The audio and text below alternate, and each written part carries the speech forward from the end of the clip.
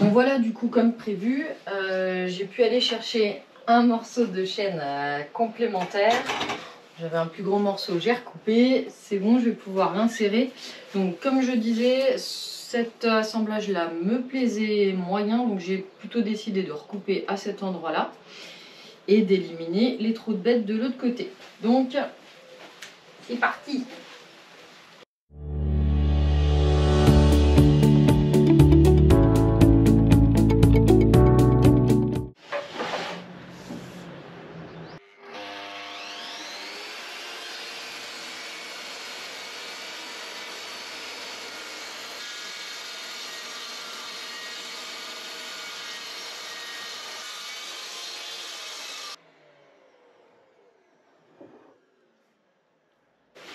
J'ai fait en sorte de bien couper avant ma rainure pour faire en sorte de récupérer un plat joint.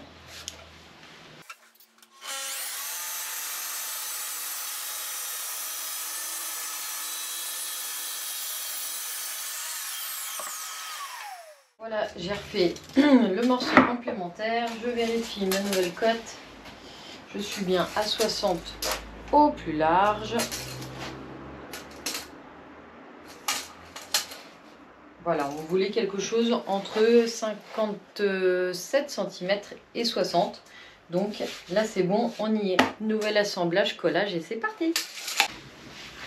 Voilà, c'est repris, ça a été collé. Donc je vais faire la mise à longueur.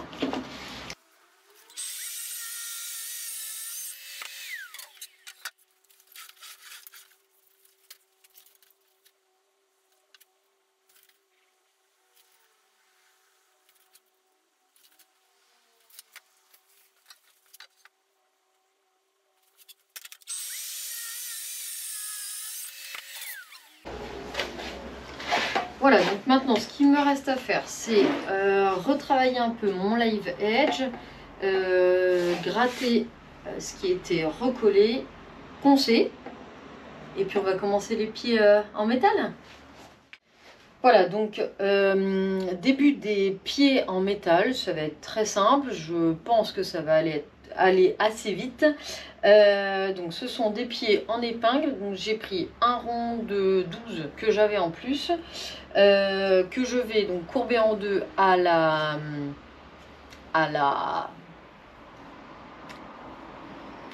au truc qui courbe quoi, qui plie. Pas une plieuse évidemment, c'est une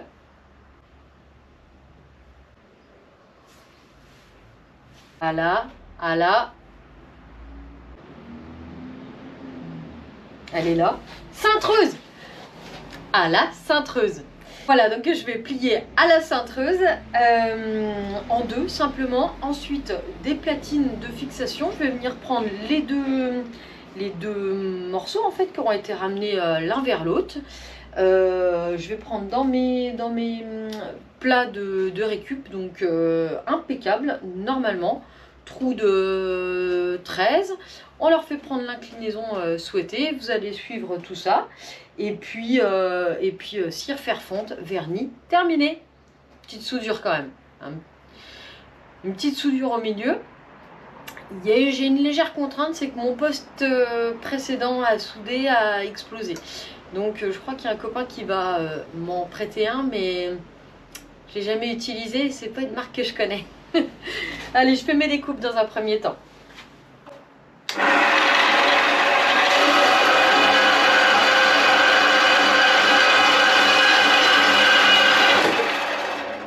Alors, je prends pas de risque, hein. Je fais des barres de 1 mètre que je vais venir plier en deux, sachant que les pieds, je pense, vont faire environ 35 cm puisque mon plateau en fait 5, donc un 40 cm fini sera bien.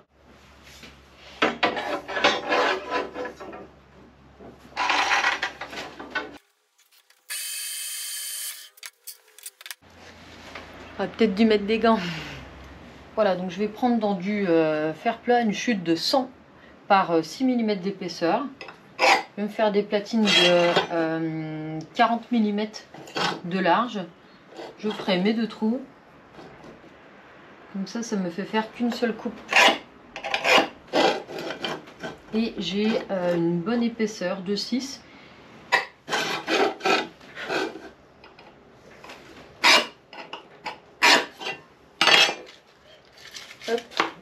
Allez, c'est parti.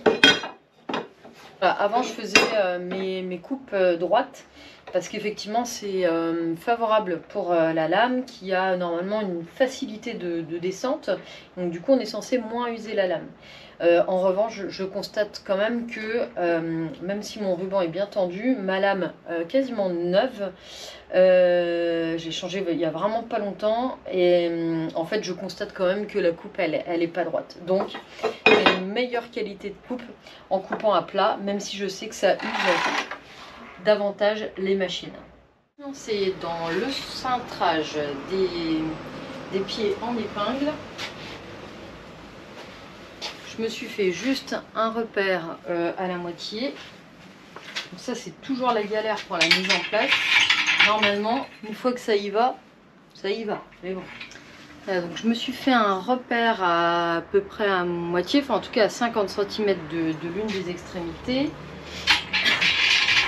Je viens mettre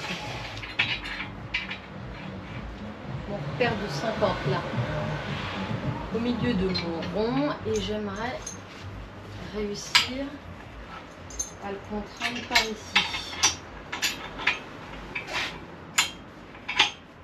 Voilà.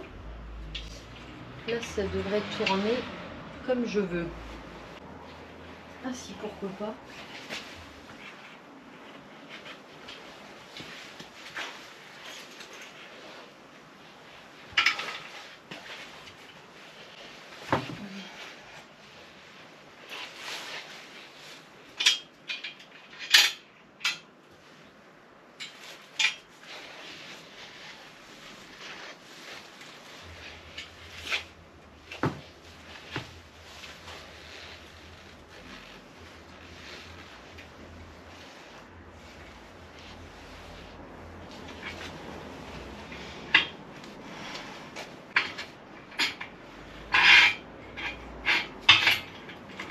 Hop.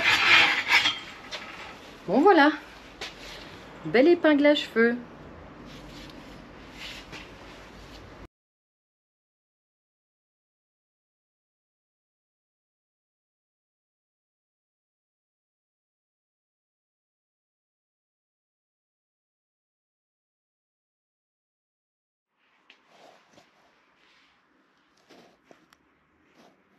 Qu'ils aient tous le même écartement. Je me suis fait donc 4 cales de 5 cm. Je suis venue mettre le haut en butée contre ça. Je suis perpendiculaire sur le bord de l'établi. Et donc, je les ai alignés ici à 40 cm. Du coup, je vais venir tracer là sur le haut de ma cale. Et puis ensuite, je vais pouvoir tout meuler à la même hauteur.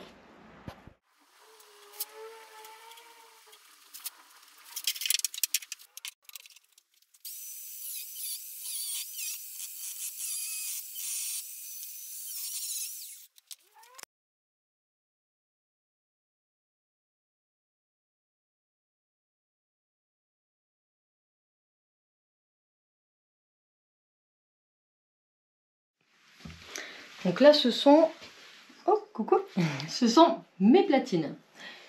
10 cm. Je suis venue tracer le milieu à 5 cm. J'ai pris ma cale qui fait 5,2. Je suis venue tracer aussi le milieu de la cale. J'aligne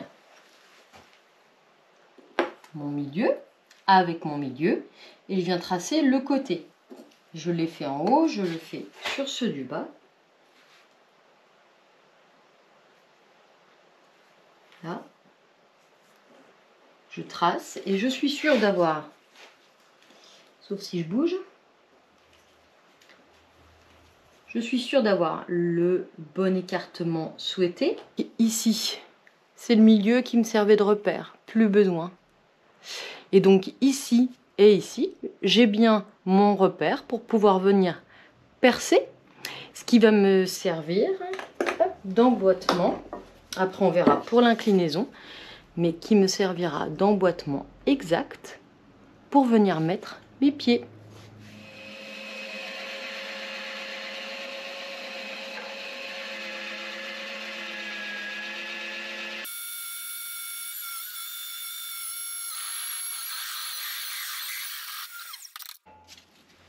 Voilà, on va essayer.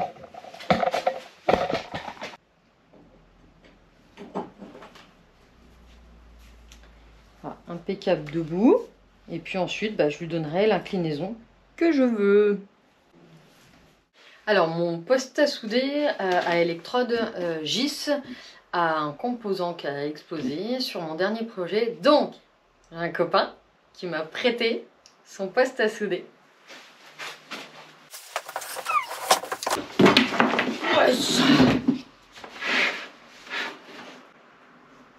Bon, on va voir. On va essayer de l'appréhender. En tout cas, c'est cool. Ça va pouvoir me dépanner. Voilà, petit montage donc pour mes repères. J'ai ici un petit gabarit qui est en angle droit qui me permet en fait, en ayant bloqué ici, d'avoir tout à la même inclinaison. J'ai tracé le milieu de ce gabarit là, je me remets sur le même milieu que j'avais tracé tout à l'heure sur la platine. Donc j'aligne bien et donc je vais venir pointer successivement l'ensemble de mes pieds. J'aurai exactement la même inclinaison pour tous. Je me rends compte à l'instant que j'ai fait une bêtise. En tout cas, j'ai oublié quelque chose d'important. C'est de venir percer mes platines pour pouvoir venir les visser en fait dans le plateau bois. Maintenant que j'ai soudé les épingles dessus, ça va être un peu plus compliqué et surtout je vais pas pouvoir le faire à la perceuse à colonne. Bon, c'est rien d'irréparable, mais ça aurait été beaucoup plus confortable de venir les percer avant. Bon, c'est tout, on fera autrement.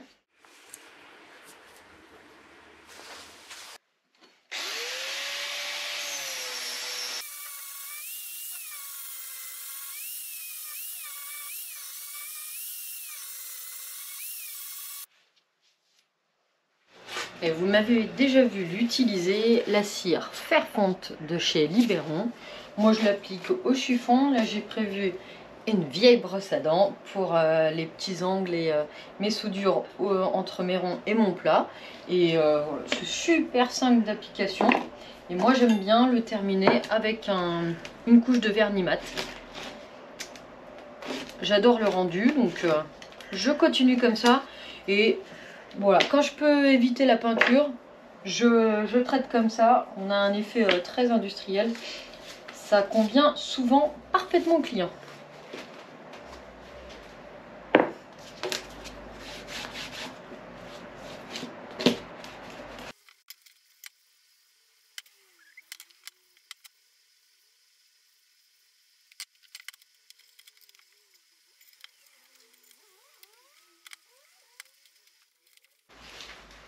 Voilà, on a un rendu qui est quand même presque noir, entre le gris anthracite et le quasiment noir quand même. Hein.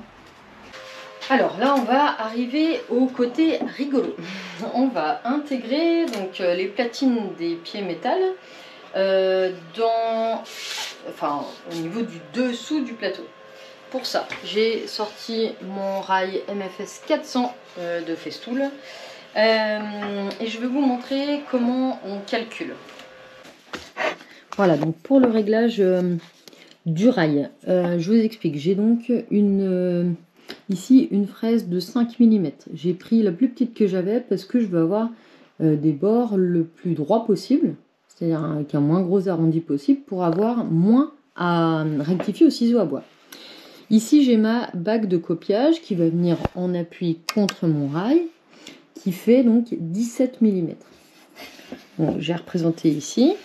Voilà, ici j'ai ma bague, 17 mm, et j'ai ma fraise qui fait 5 mm.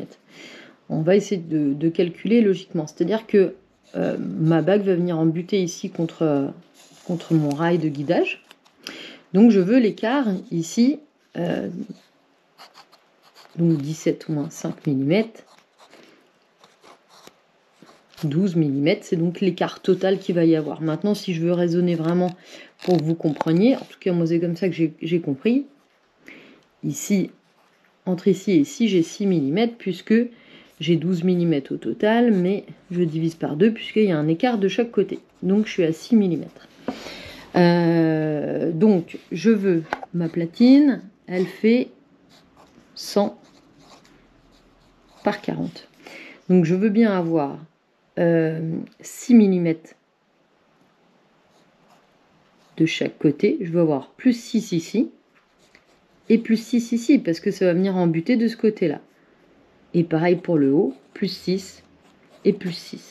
Donc effectivement, on peut se contenter de calculer simplement la bague, l'extérieur, hein, moins la fraise, et j'ai la cote à ajouter à ma cote finale voulue de défonce. Mais pour que vous compreniez, enfin en tout cas, encore une fois, moi c'est comme ça que je comprends, il faut bien que j'ai cet espace-là ajouté de tous les côtés. Donc je vais régler mon rail avec mon petit outil spécial là, avec ces vis là, pour ceux qui ne connaissent pas.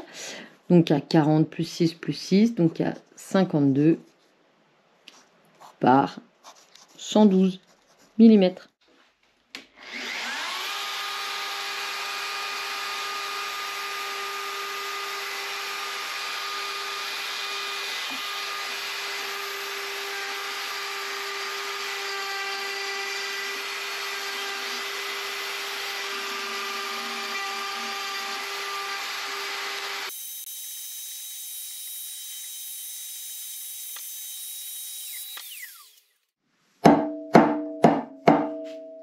Et voilà, inséré parfaitement. C'est chouette, hein?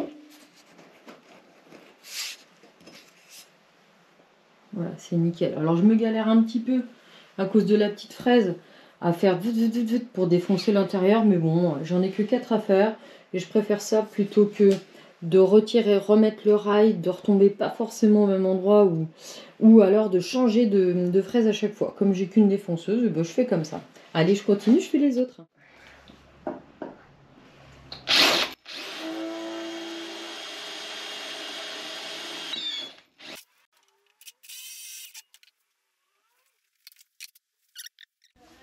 Ici, j'applique un anti-tanin comme à chaque projet chaîne.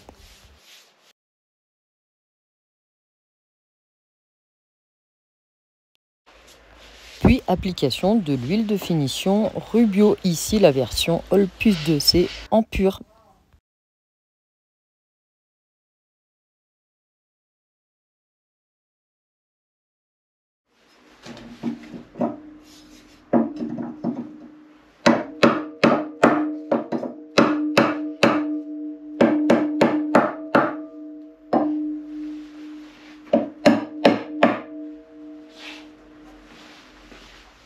Franchement, quand ça tombe nickel, pile poil, je peux vous dire qu'il y a quand même une petite satisfaction. Franchement, on est vraiment à fleur. Enfin, j'étais pas obligée parce que ça va pas se voir de dessous, mais là c'est nickel, je suis vraiment contente.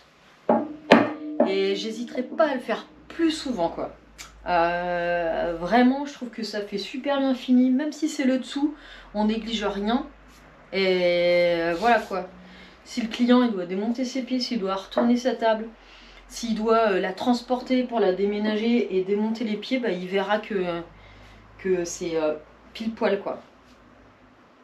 Parce que la petite menuisière elle travaille pas si mal. Allez, pré-perçage, vissage. Je vous le montre, je ne l'ai pas filmé pour YouTube, mais au moins vous saurez ce que je fais. Tout ça, je l'ai pas mal montré sur Instagram, si vous voulez me rejoindre là-bas.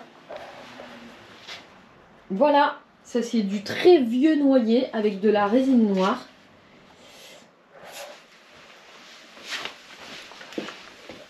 À l'heure où je vous parle, ce plateau est en vente seul. Et puis, si on peut y mettre les pieds qu'on veut, on peut me les faire, ce qu'on veut.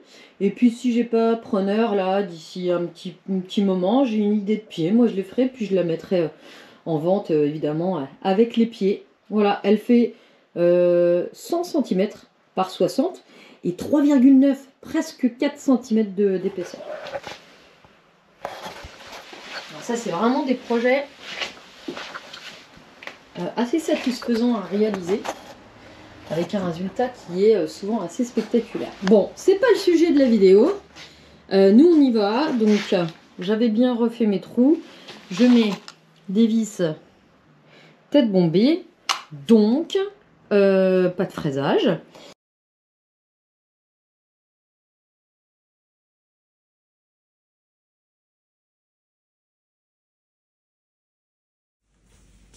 Mais moi, pour l'application, 50 €.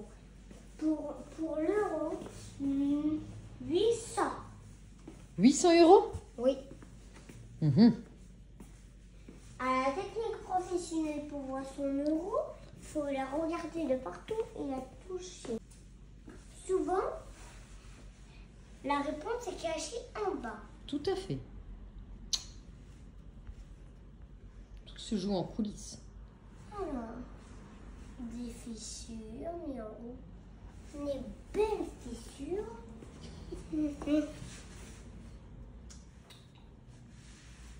Voilà.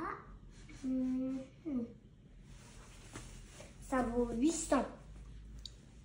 Pas mal.